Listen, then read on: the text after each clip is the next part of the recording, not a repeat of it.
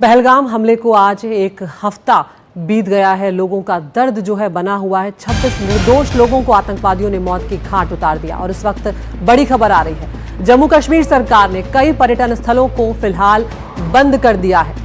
पहलगाम के हमले के बाद ये बड़ा फैसला सरकार की तरफ से लिया गया है। आधा दर्जन से ज्यादा पर्यटन स्थल जो हैं वो फिलहाल बंद कर दिए गए हैं। सुरक्षा वजहों के चलते ये फैसला जो है सरकार की तरफ से लिया गया है। 48 रिजॉर्ट्स जो हैं उनको भी सिक्योरिटी रीजंस की वजह से ही बंद किया गया है।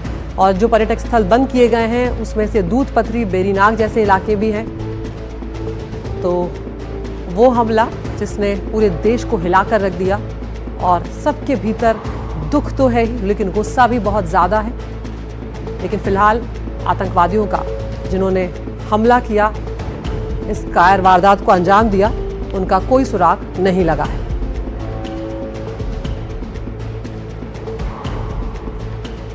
और इस बीच जम्मू कश्मीर में कैरन वैली को भी बंद कर दिया गया है। देखिए हमारे संवाददाता मुकेश सिंह सेंगर की रिपोर्ट। पहलगाम हमले के बाद जम्मू कश्मीर में पाबंदियां बढ़ती जा रही हैं। जम्मू कश्मीर सरकार ने करीब 48 टूरिस्ट साइट या जो स्पॉट हैं उनको टूरिस्टों के लिए बंद कर दिया है। यानी पूरे जम्मू कश्मीर में जितने भी टूरिस्ट स्पॉट हैं उनमें करीब आधे टूरिस्ट स्पॉट बंद कर दिए गए हैं और सुरक्षा कारणों से ये बंद किए जा रहे हैं। इस वक्त मैं हूँ कुपवाड़ा के आगे, ये करालपुरा पुलिस थाना है और मैं यहाँ पर आया था। दरअसल हमको कैरन वैली जाना था। ये कैरन वैली वो जगह है जहाँ से पीओके बिल्कुल सामने है, नदी है और वैली के ठीक सामने पीओके है। हमें वहाँ पर जाना था स्टोरी करने के लिए और कवरेज करने के लिए। और एक फॉर्म यहाँ पर भरना होता है इस थाने में।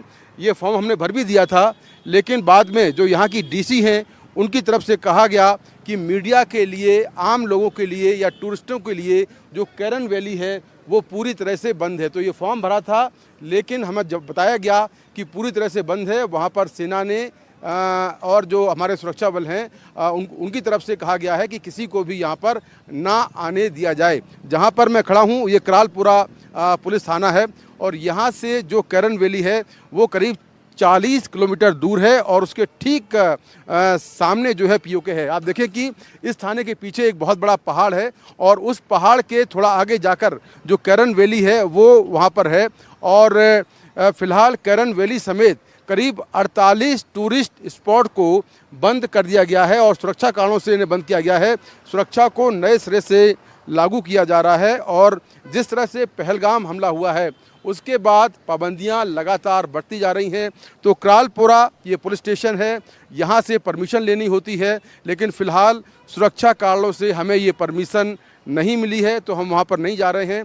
फ़िलहाल इस तरह की पाबंदियां करीब 47 और ऐसे टूरिस्ट स्पॉट या साइट हैं जहाँ पर टूरिस्ट या किसी को भी जाने की परमिशन नहीं है। कुपवाड़ा के करालपुरा से कैमरामैन अशोक महाले के साथ मैं मुकेश सिंह सेंगर, एनडीटीवी इंडिया। तो ये कैरन वैली की तस्वीरें आप देख रहे थे, जो हमारे सहयोगी मुकेश सिंह सेंगर बता रहे थे, उसे भी बंद कर दिया गया है। कई पर्यटक स्थल ऐसे हैं जिन्हें फिलहाल बंद किया गया है। दूध पथरी, बेरीनाग भी उनमें से एक है। 48 रिजॉर्ट्स जो हैं वो भी बंद किए गए हैं और यहाँ पर जम्मू कश्मीर सरकार जो है उसने ये फैसला लिया है। आधा दर्जन से ज़्यादा पर्यटन स्थल फिलहाल बंद किए गए। हमारे साथ यहाँ पर खास मेहमान जुड़ रहे हैं। अनिल त्रिगुनायत साहब हैं, पूर्व राजनयिक हैं। त्रिगुनायत साहब, शुक्रिया आपने वक्त निकाला हमसे बातचीत करने के लिए। आज एक हफ्ता हो गया है, 26 निर्दोष लोगों को आतंकवादियों ने जिस तरह से उनकी जान ली। सब के बीच में लोगों के मन में दुख तो है ही, लेकिन गुस्सा भी है। लेकिन अब इंतज़ार जो है वो भी कहीं ना कहीं बढ़ रहा है, क्योंकि आतंकवादियों का कोई सुराग जो है वो अब तक नहीं लगा है और ये आसान भी नहीं। जिस तरह का वहाँ पर टेरेन है, आतंकवादियों के लिए छुपना, वहाँ से बचकर निकलना बहुत आसान है। जंगलों का सहारा, पहाड़ों का सहारा ले लेते हैं।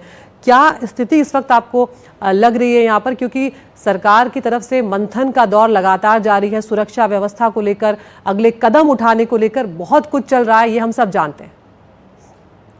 जी, आप बिल्कुल सही कह रही हैं। देखिए, आसान नहीं होता है इन चीज़ों में, लेकिन भारत ने बड़े डिसाइसिव कदम लिए हैं। सबसे पहली चीज़ तो ये होती है, क्योंकि जब टेररिस्ट आपके अंदर घुस आए हैं तो जितने भी टेरर एलिमेंट्स हैं कश्मीर के अंदर, नोन अननोन, जिनका पता है, जिनके बारे में इंटेलिजेंस है, और उसको पूरा खोद करके उनको मारना, उनको एलिमिनेट करना, ये बहुत आवश्यक है इस वक्त। और यही भारत सरकार कर रही है, क्योंकि इसीलिए वीज़ा वगैरह जो सारी चीज़ें रोकी गई, सारे पाकिस्तानी नेशनल्स को बाहर जाने के लिए बोला गया, तो ये सब उसी का एक हिस्सा है, क्योंकि उनका पूरा नेटवर्क जो है उसको तोड़ना बहुत आवश्यक है बॉर्डर के ऊपर। और उधर जो पाकिस्तान अगर वो चले गए हैं तो वहाँ तक भारत ने कहा, जैसा प्रधानमंत्री ने, कि हम पीछा नहीं छोड़ेंगे।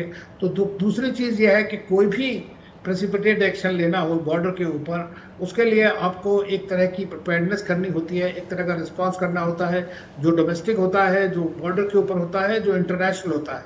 तो आज की डेट में भारत का पूरी तरह से सपोर्ट है, और इसमें कोई शक की बात नहीं है कि भारत का जो रिस्पांस होगा वो बहुत स्ट्रांग होगा। बिल्कुल। लेकिन हमने जो कदम ऑलरेडी लिए हैं, जैसे डिप्लोमेटिक एक तरह की स्ट्राइक कहा जाता है उसको, जैसे इंडस वाटर ट्रीटी के बारे जी। में है, उसको अबेयंस में कर दिया तो गया। इन सही ये जो लोगों के बड़े वीज़ा- कदम हैं ये तो बिल्कुल है ही।